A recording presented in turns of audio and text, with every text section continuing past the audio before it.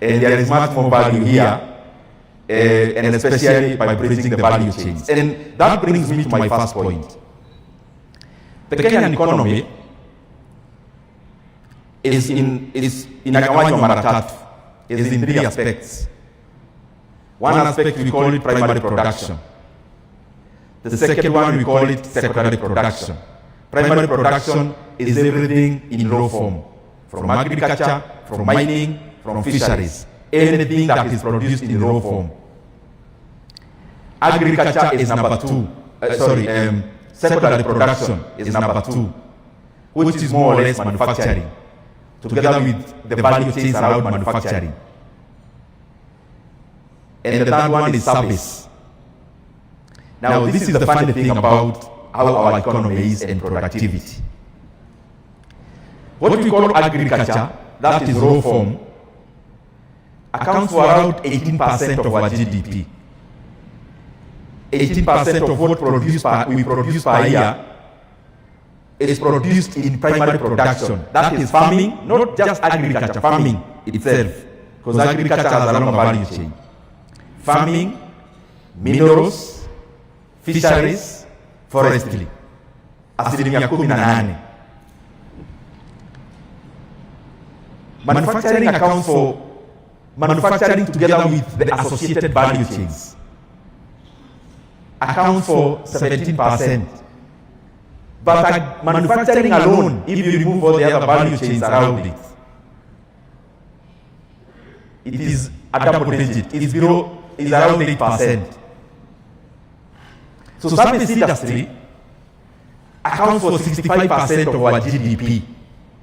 What am I trying to say with all these issues I'm talking about?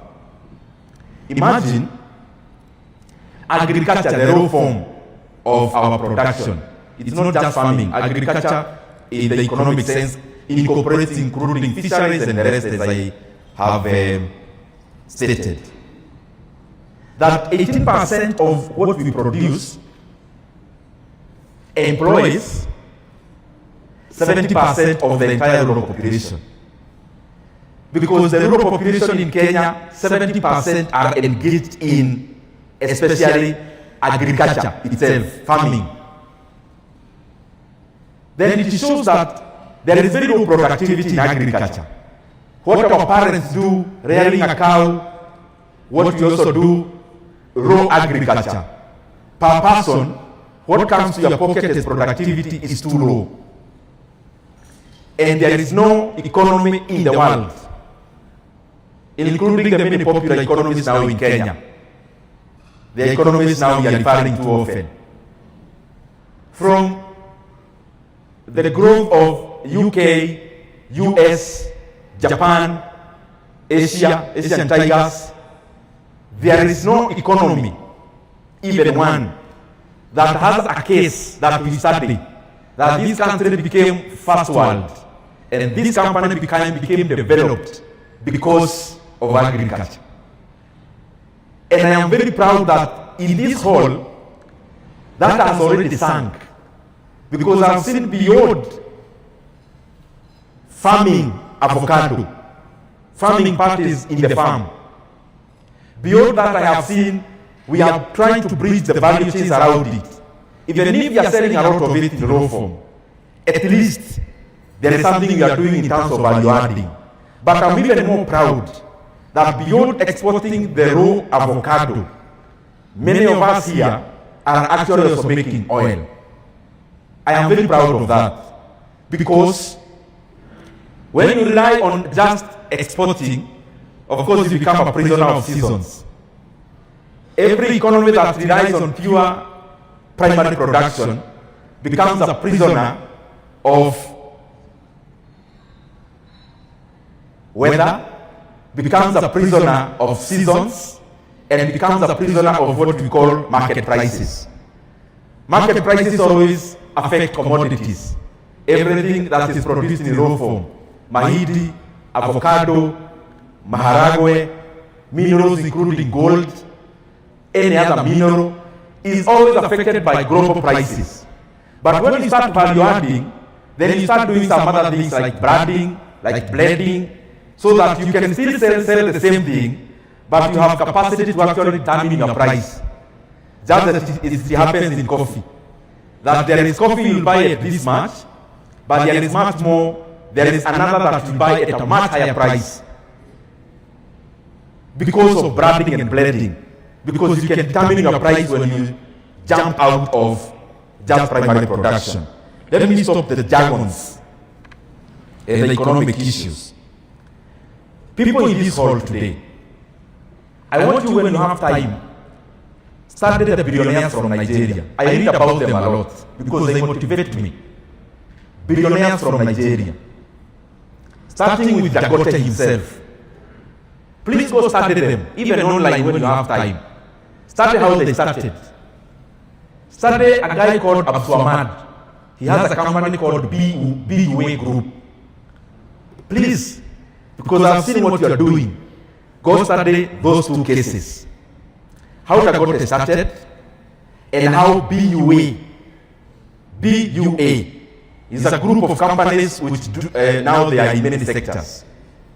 The reason I'm saying this, these two gentlemen, both of them started from agriculture. Dangote started from agriculture. The base of Dangote we know now, the richest black African there is in the world, started in this hall today. The refinery is building, the base of Dangote refineries is agriculture. BUA started from agriculture. Now he's doing a refinery. He has, of course, BUA cement. Both of them are also in cement industry. But the money they got from agriculture is the one that catapulted from to where they are. But how do they do it? You make money from agriculture. You make money. All of us here are in agricultural value chain. Even if you are an exporter, you are within agriculture, unless you start value adding to a higher scale. Because the agricultural value chain is wrong. Actually, farming accounts for less than 25% of agricultural value chain. So if you are a farmer, you are doing 25% of agriculture. So what Dangote and BUA started, they started with farming, expanded to what many of you are doing. You already have contracted farmers. Went further to value addition. Normal things, like what you are doing in oil, like what you do with the hens, what the hens do, craft hens, like flour, Uga. There is even a company called Dangote Flour and BUA Flour. So that value chain of agriculture, they capitalized, made money. But this is the thing. After making money, they stopped seeing money as a possession. That is what most of us do, including myself. When you make money, and you are an exporter, and you have made money in your bank account, you have 20 million, you have 1.5 million, you have 100 million. What do we do most times? We start now seeing this money as a possession. I own it, it's my money as a possession. When you view money as a possession, your root of growth becomes very lean. You must start seeing money as capital for additional production, and we stop seeing money as a possession. I keep talking about real estate. Everyone here has a house, maybe where we live, whether you own it or whether you are renting. So I'm not against real estate. I always, even here, if we sample, Sahi, all these people with these banners, the side hustle they are doing, hakuna mtu hana plot ya kulipisha pahali. In this hall, there is no table without a representation of a person, either with a plot, a flat, or a person thinking of one, or kasaba kidogo. Because I made so much money this season, so the next thing, I am going to buy a piece of land. Remember, not a piece of land to farm, a piece of land maybe to speculate. I'm not even against real estate, What I'm saying is that when we see money as a possession, we look to possess things. We look to possess something, to possess a piece of land, to possess just something to see. But it becomes a very slow path of growth. Because a higher route of growth is the one that Dagote took and the one BUA took. After making this money in farming, and you have added value now, you can say you are in agriculture. You have actually gone past farming. You are now going to manufacturing, and you are becoming bigger. You must see this money as capital to do something more, to produce, not to put it aside as a possession. Am I saying anything? I am also talking to myself. So I'm not just talking to you. That is one of the things that if we want to become like Kenyan tigers, we have to stop obsessing with possessions. Because Dagote had already made enough money to possess so much, a flat in Dubai, a flat in wherever, a flat in wherever else. He already had that capacity through maybe Dagote flag, ya kusiaga uga. But then he saw this money not as something to possess, but something to create more value. But in the process, it becomes self-fulfilling. Self-fulfilling how? You make money, after you make money, because you don't possess it, unaiwachilia itafuta ingine, then in the long run, you end up actually possessing even more. But your goal was not possess. So let us invest whatever we are having in still expanding our value chains within what you are doing, but also expanding to other things. You are dealing with avocado. You can exhaust the entire value chain of avocado. You can exhaust the entire value chain, but then start also branching to other things that are related, and you keep on adding more products, again add more value to those products, and then from there you can even go not from just vertical, you can go horizontal, and then you venture into other industries, just like those two gentlemen. And as you do so, and I said I'm having a short speech, as you do so, now you are graduating, you are talking about, you started with 5 million shillings, you are doing turnovers of 100 million, you are climbing higher, and you are climbing higher. We expand our horizons on where even to get financing. If I ask in this hall, where do we get our money to expand? Majority of us is in commercial banks. But if you started the Nigerian model, forget about the Nigerian economy. The fact is that Nigeria has the highest concentration of billionaires in Africa, black ones. So there is something to run there. Niko wapi? Niko nasema nini? Nione kama nitamaliza tu kuongea saa hii pekine. Who can tell me where I am?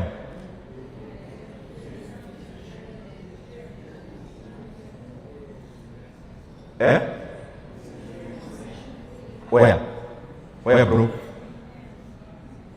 Kwanza hapo kwa billionaire hamsahau sana. But what was I saying about them? Can somebody tell me what the point I was trying to derive? Nione kama it is too late to give a long speech. No, I had already finished about possessions. Can somebody tell me yes? Very good. Please clap for him. It was about financing. If I ask in this hall today where we get our money, majority of us is commercial banks. But do you know at a certain scale, you can get money from regional lenders. Dagote is where he is because of Afrexim Bank. BOA is where they are together with Dagote because of African Finance Corporation. Some of them are people I know. They are actually looking for people to fund. It's definitely a lower rate than the market commercial bank rate. Please, let's also look at that kind of thing. So that it's not just commercial banks. There are other people who can give you money even as an entrepreneur. with better rates, so that you also leave commercial banks graduating the other people to reach where you are. Ukifika pahali fulani, ulizia ofisi za Fleximba, and I'm not campaigning for them. It's because it is a real model that has worked. AFC and such kind of regional lenders and regional financiers who can catapult you now where commercial banks can't. Very lastly, and I've seen my brother from Kefis is here, and you have always said this, our commercial attaches, forget about commercial attaches, our ambassadors in Kenya, they must start having a scorecard based on how much market they look for the Kenyan products. I mean, a thriving country or a growing country or a growing economy like Kenya, you can only grow through well. Diplomacy is fine, but we must start judging them by how much business they give to the people in this hall and the others like you. So that we are left doing what we need to do in terms of producing, but there is somebody else also doing their best to create robust markets, so that we always perpetually are not having a problem with where to take what we have. Very lastly, I always talk about investments, which I can talk about in 2 minutes. After we make money in what we do here actively, where do we take our money passively? You must have heard me somewhere talking about it, but because you are not there, let me paraphrase it, because I don't even think you did anything after listening. You know, even me sometimes I read a magazine, let's say Forbes magazine, Fortune, and I keep telling myself, I must stop reading for fun. And I must stop listening for fun. You know, at the real of the moment. You watch Broomark TV, you watch CNBC, you read Forbes, you read Fortune magazine, but to be exhilarated. I keep reminding myself, the reason for gaining knowledge is not for me to be excited. It is for me to improve something about myself. So that's why I'm saying, I know even after listening to that video, not many of us did anything about it other than being happy. Passive investments is not just buying a plot of land. I keep repeating that.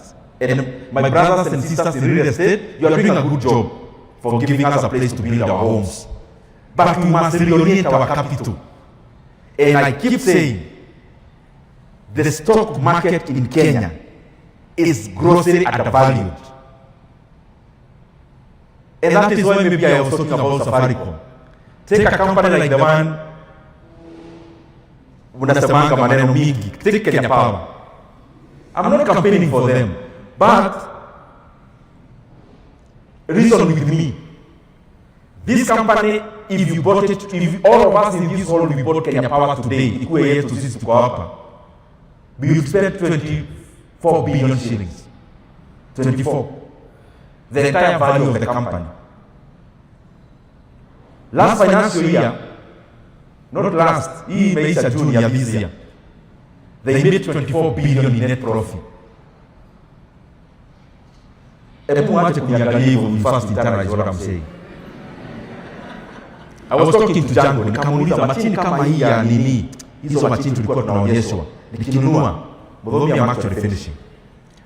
Nikinunua hii machini, inanirudishia pesa yangu after how long? Nilikuwa namuuliza, kaniambia around 3 years.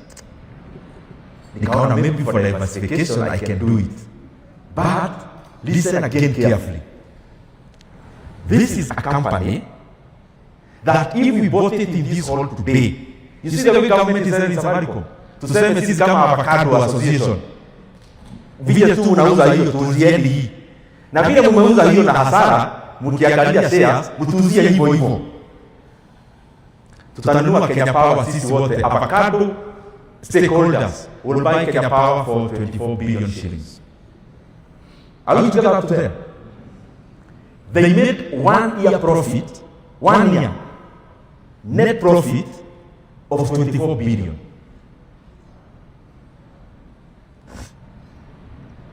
Just tell me where in the world you get such an opportunity.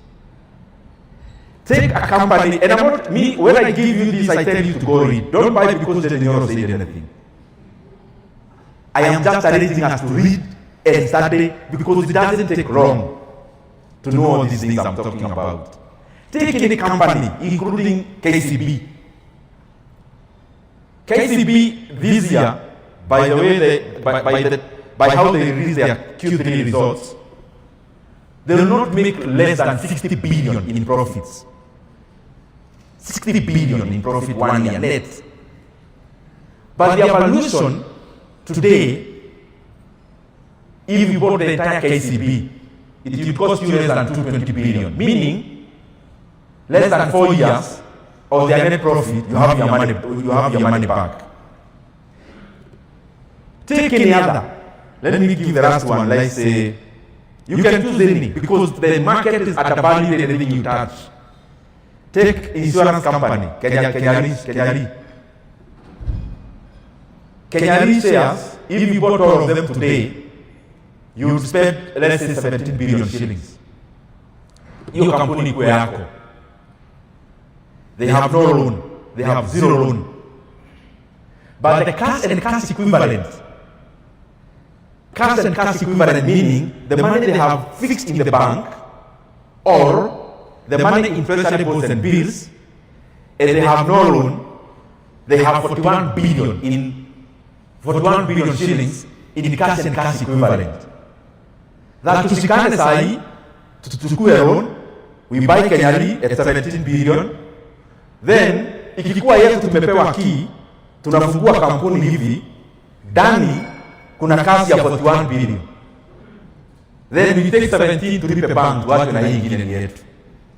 I'm just saying figuratively, there are many opportunities in investing in the NSC. And I have taken it upon myself to talk to you until you get bored. That there are opportunities in the capital markets. Because when we all concentrate on the capital markets and we develop our capital markets, we are making Kenya a significant hub of capital flow. Capital flow means we then make people to realize there is a market called NSC. When there is a market called NSC, which is part of the global markets, when you in your company was to raise money, you just be listing your company in the NSC. Even as an SME, there is a category. You list, instead of getting a loan, you sell a stake of 25% in the NSC, you raise 500 million, you expand your company, the people who bought your shares grow, you also grow, and the market grows. All these economies, South Korea, Singapore, US, UK, they grew out of the abundance of capital.